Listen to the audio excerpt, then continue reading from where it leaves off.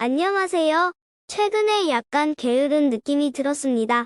제가 게으른 이유는 다양한 AI 시스템을 공부해왔기 때문입니다. 알다시피 새로운 시스템이 항상 출시되고 있고 저는 그 속도를 따라가려고 노력하고 있습니다. 열심히 따라가 보지만 보폭을 줄일 수 없을 것 같습니다. 하지만 걱정하지 마세요. 계속 공부하고 최신 AI 뉴스를 업데이트해드리겠습니다. 오늘은 유니토끼의 영상에는 흥미로운 작품을 소개하려고 합니다. 지금 올리는 영상은 모두 유니토끼의 상상을 그린 것입니다. 정말 매력적입니다. 상상으로 그린 그림으로 AI의 진화를 보여주고 있습니다. AI가 지금 무엇을 만들 수 있는지 믿지 못할 것입니다. 여러분도 AI의 발전에 관심을 가져보세요. 그럼 그림을 감상하시며 최근에 나온 AI 뉴스부터 소개하겠습니다. 마이크로소프트는 AI 챗봇으로 업그레이드된 검색 엔진인 빙을 공개했는데 한 달 만에 1억 명 이상의 일일 활성 사용자를 확보했으며 3분의 1은 신규 사용자입니다. 이 개발은 마이크로소프트의 시장 점유율을 높이고 구글과 경쟁할 것으로 예상됩니다. 빙의 AI 챗봇의 성공은 구글, 카카오, 네이버를 포함한 글로벌 거대 기술 회사가 AI 기술에 더 많은 투자를 하도록 장려할 수 있습니다. 중국 최대 검색업체 바이두가 챗GPT와 직접 경쟁하며 자체 AI 챗봇 어니봇을 오는 16일 출시하기 위해 24시간 노력하고 있는 것으로 알려졌습니다. 이 회사는 기한을 맞추기 위해 여러 부서에서 수백 명의 직원을 뽑았으며 현재 중국어 데이터로 AI 모델을 교육하는 데 집중하고 있습니다.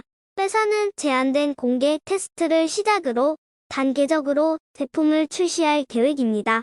이러한 움직임은 바이두가 경쟁사보다 앞서 시장에서 발판을 마련하기 위한 계산된 도박으로 보입니다. 바이두는 중국 내 약 400여 개 기업과 어니봇 공급 계약을 맺었으며 이 경험을 바탕으로 제품의 성능을 향상시킬 계획입니다. 그러나 중국 정부와 회사의 관계에 영향을 미칠 수 있는 실패의 위험도 있습니다. 한편 오픈AI는 보다 맞춤화된 서비스를 제공하고 베이넥 컴퍼니, 코카콜라 등 기업 고객과 협업해 챗GPT의 정확성을 높이는 등 사업에 박차를 가하고 있다고 합니다. 마이크로소프트는 클라우드 컴퓨팅을 통해 오픈AI의 최신 AI 시스템을 제공하는 어주어 오픈AI 서비스의 챗GPT 기술을 통합했습니다. 이를 통해 마이크로소프트 클라우드 고객은 챗GPT 기술과 함께 어주어 슈퍼컴퓨팅을 기반으로 GPT 3.5, 코덱스, 달리 이와 같은 고급 AI 모델 및 대규모 언어 모델을 사용할 수 있습니다. 개발자는 어주어의 챗GPT를 사용하여 AI 기반 환경을 사용자 지정하고 애플리케이션에 적용할 수 있습니다. 챗GPT 사용 비용은 토큰 1000개당 0.002달러이며 요금은 3월 13일부터 시작됩니다.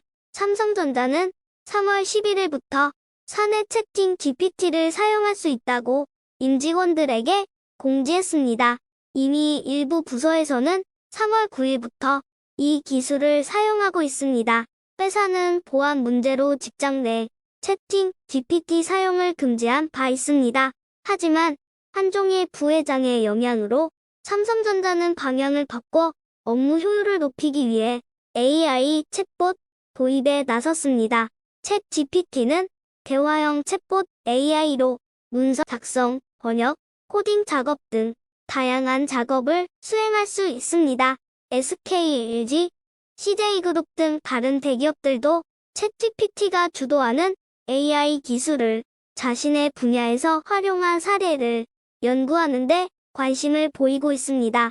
비바리 퍼블리카에서 운영하는 포스 앱은 챗GPT API를 통해 자사 플랫폼에 바로 챗GPT 베타 서비스를 추가했습니다. 이제 사용자는 웹사이트를 방문하지 않고도 토스 앱 내에서 Ask 챗GPT 기능을 클릭하여 서비스에 액세스할 수 있습니다. 이 서비스는 영어 단어 1.5개당 0.002달러의 요금으로 제공됩니다. 업스테이지는 카카오톡과 라인에서 챗GPT와 직접 소통할 수 있는 에스크업을, 체인 파트너스는 한국어 회화에 최적화된 챗GPT 서비스 네이티브를 선보였습니다.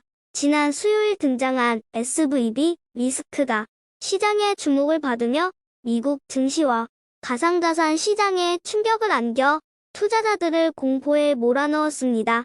마지막으로 매크로입니다. 최근 실버게이트와 실리콘밸리 은행의 소식으로 시장에 큰 충격을 주었습니다. SVB 리스크가 시스템 위기로 확산될 가능성은 낮다고 보여지지만 3월 FOMC까지 단기 변동성이 예상됩니다. 주식시장은 25bp나 50bp와 같은 금리 경로보다는 국채와 신용시장에 더 많은 관심을 기울일 것으로 보입니다. SVB는 지역은행이자 자체 규모로 리스크 관리와 유동성 관리에 소질이 없는 것으로 보입니다. 문제는 SVB의 자산과 사업 영역이 특정 지역, 특정 산업에 과도하게 편중되어 있었고, 스타트업 벤처 중 다수가 가상자산이나 연계자산 관련 사업에 종사하고 있었던 것으로 보입니다. 인출 상황이 아니면 채권이나 주식을 매도할 필요는 없지만 가상자산은행의 부도, 거래소의 부도 등 개별 지방은행과 중소은행의 문제는 충분히 있을 가능성이 있습니다. 그러나 2008년 리먼발 금융위기 이후 각종 규제가 도입되면서 주요국 대형은행이 재무 건전성이 크게 높아졌습니다. 따라서 대형 은행으로 확산되는 것이 제한적일 것이며 2008년과는 다르다는 판단입니다. 조 바이든 미국 대통령은 11일 기술기업 자금줄이던 실리콘밸리 은행 파산과 관련해 개빈 뉴섬 캘리포니아 주지사와 대책을 논의했다고 합니다. 당분간 미 증시는 14일 미국 CPI 발표부터 17일 내 마녀의 날, 22일 FOMC 회의 등 블랙아웃 기간 동안 단기 변동성이 커질 전망입니다. 11일 한국 증시는 선물 및 옵션 포지션을 중심으로 비교적 견조한 흐름을 보일 것으로 예상됩니다. 그러나 시장은 가상자산과 주식시장 등 신용시장의 움직임, 지역은행 지수의 흐름, 재무부와 백악관의 연사들에 더욱 민감하게 반응할 것이기 때문에 시장을 지속적으로 모니터링할 필요가 있습니다. 또는 패드의 금리 인상 경로가 아닌 중앙은행과 정부의 발언에 주목할 것입니다. 3월에 25bp 인상이 이루어지지 않거나 예상치 못한 급락세가 나타나면 시장이 발칵 뒤집힐 수 있으므로 투자자들은 경계해야 할 것입니다. 오늘 내용은 여기까지입니다. 그럼 다음 시간에 또 만나요.